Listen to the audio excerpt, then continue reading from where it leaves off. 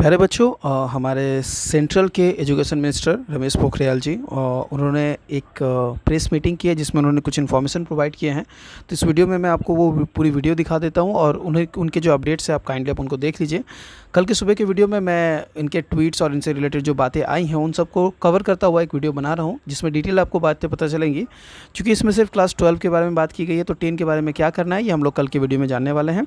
अभी फ़िलहाल आप इस पूरे वीडियो को कंप्लीट कर लीजिए जिसमें उनका जो प्रेस कॉन्फ्रेंस है, जो प्रेस मीटिंग हुई है, उन्होंने जो इन्फॉर्मेशन दिए हैं, जो निकल के आ रहे हैं आउटपुट्स, उनको देखिए।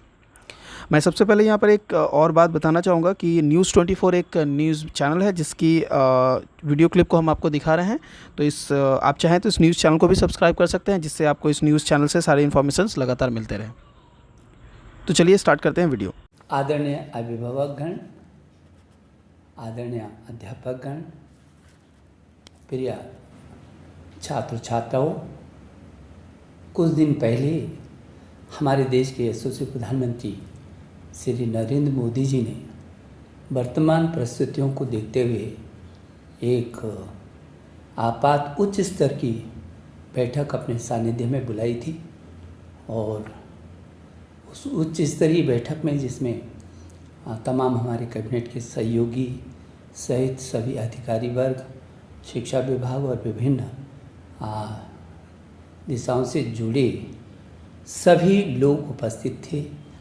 और मैं आभारी हूँ अपने प्रधानमंत्री जी का, जो लगातार हमारे विद्यार्थियों की चिंता करते हैं, हमको अपना मार्गदर्शन लगातार देते हैं।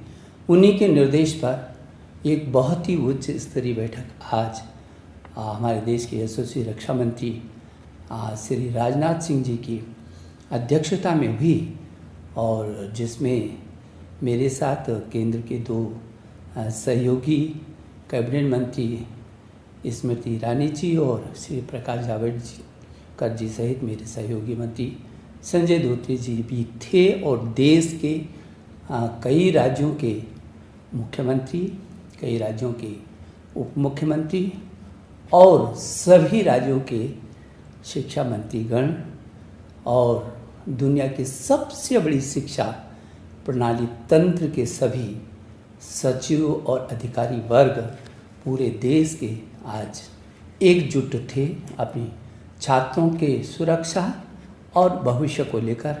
मुझे सबसे पहले तो इन सब का धन्यवाद देना है जो सारे शिक्षा व्यवस्था के लिए छात्रों की सुरक्षा और आज छात्रों के भविष्य की चिंता की दृष्टि से केंद्र के साथ एकजुट होकर के और आज खड़े दिखाई दिए हैं। मैं उन सब के प्रति बहुत आभारी हूँ। बहुत सार्थक चर्चा आज रही है, बहुत सार्थक चर्चा रही है। बहुत महत्वपूर्ण सुझाव सभी राज्यों से आए हैं और पिछले वर्ष भी राज्यों ने एकजुट होकर के इस कोरोना काल के महासंकट में बहुत अच्छे तरीके से प्रदर्शन किया था। और आज भी मेरे प्रिय छात्र छात्रों, आप जानते हैं पूरी दुनिया इस कोरोना के महासंकट से जूझ रही है और हम अछूते नहीं हैं।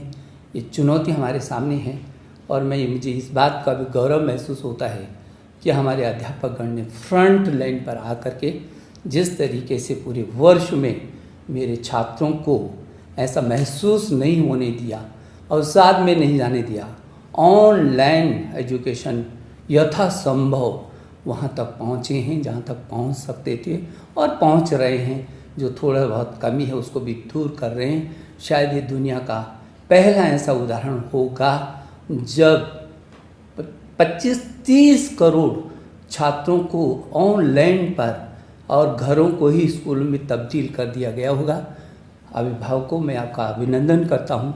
आपने और अध्यापकों ने मिल करके छात्रों को इस ऐसे वक्त पर बहुत संभालने की कोशिश की है और छात्रों ने भी जो साहस दिखाया है, उत्साह दिखाया है, इसके लिए भी मैं उनका अभिनंदन करना चाहता हूँ, मैं शुभकामना देना चाहता हूँ। मेरे प्रिय छात्र छात्राओं, जो आज बैठक हुई है उसमें कुछ राज्यों ने कुछ समय मांगा है और सुझाव देने के लिए, और उनको कहा गया है कि 25 मई तक वो अपने सुझाव दे देंगे ताकि जल्दी से जल्दी हम इस अनिश्चितता को दूर कर सकेंगे। मुझे याद आता है कि जब हमने आपकी सीबीएसई बोर्ड की इंटर की परीक्षाओं को स्थगित किया था, तब हमने आपसे कहा था कि हम 1 जून तक इन परिस्थितियों का आंकलन करेंगे। जो भी परिस्थितियाँ होंगी वो आपकी सुरक्षा और आपका भविष्य, हमारे सामने दोनों चीज़ें हैं, सुरक्षा पहले और उसके बाद आपका भविष्य। इन दोनों को देख करके हम फिर 1 जून को आगे का आपको अवगत कराएंगे जो भी परिस्थितियाँ होंगी। हमने ये भी कहा था कि जब भी हम इस बात की घोषणा करेंगे तो कम से कम 15 दिन हम आपको देंगे, ताकि आपके मन में अचानक न हो कि कब तिथियों की घोषणा हो और कब फिर जो है आप संभलें। तो मैं ये समझता हूँ कि ये 25 मई तक सभी राज्यों के जो राज्य, कुछ ही राज्य हैं जिन्होंने कहा है कि हमको थोड़ा सा और भी मौका दीजिए। हालांकि उनका भी सकारात्मक रूप था, लेकिन और क्या क्या सुझाव हो सकते हैं उनके लिए, वो 25 मई तक उन राज्यों के सुझाव भी आ जाएंगे। और मैंने कहा है, अपने अभिभावकों से भी कहा है, आपसे भी कहा है, अध्यापक कर्ण से भी कहा है कि यदि आपके भी कोई सुझाव होंगे तो मेरे ट्विटर पर आप अपने सीधे सीधे सुझाव भेज सकते हैं। मुझे भरोसा है कि जो हमने आपको कहा है कि 1 जून से पहले और 25 मई के बाद हमारी कोशिश होगी कि हम आपको अवगत करा सकें। मैं आपको विश्वास दिलाना चाहता हूँ, प्रधानमंत्री जी के निर्देश में आपकी सुरक्षा हमारे लिए पहली है और आपके जीवन और आपका भविष्य भी हमारे लिए उतनी महत्वपूर्ण है। और इसलिए इन सब को ही ध्यान में रख करके जो भी परिस्थितियाँ भविष्य के लिए बनेंगी, हम आपके साथ खड़े हैं। आप निश्चिंत होकर के रहिए, आप बिना तनाव में रहिए। समय के साथ इन परिस्थितियों के साथ हमको जूझना है, इसी में हमको रास्ते भी निकालने हैं। हम आपका भविष्य, हमने पिछले वर्ष भी, हम दुनिया का वो सबसे बड़ा लोकतांत्रिक देश है जिसने अपने बच्चों का 1 वर्ष खराब नहीं जाने दिया था, और सारी दुनिया ने इस बात को देखा है। और हमने आपकी सुरक्षा, हमारे लिए हर हालत में आपकी सुरक्षा हमारी पहली प्राथमिकता है।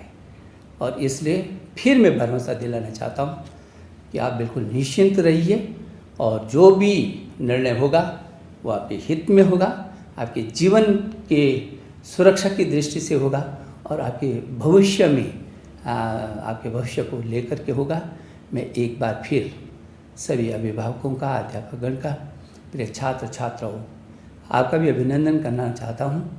और आज मैं विशेष करके अपने देश के रक्षा मंत्री जी, जो केंद्र में कई बार विभिन्न मंत्रालयों का जिन्होंने जिम्मेदारी संभाली है, और जो उत्तर प्रदेश में याद आता है क्योंकि मैं उत्तर प्रदेश में भी मंत्री रहा हूँ, वो ऐसे ऐतिहासिक शिक्षा मंत्री भी रहे, मुख्यमंत्री तो थे ही।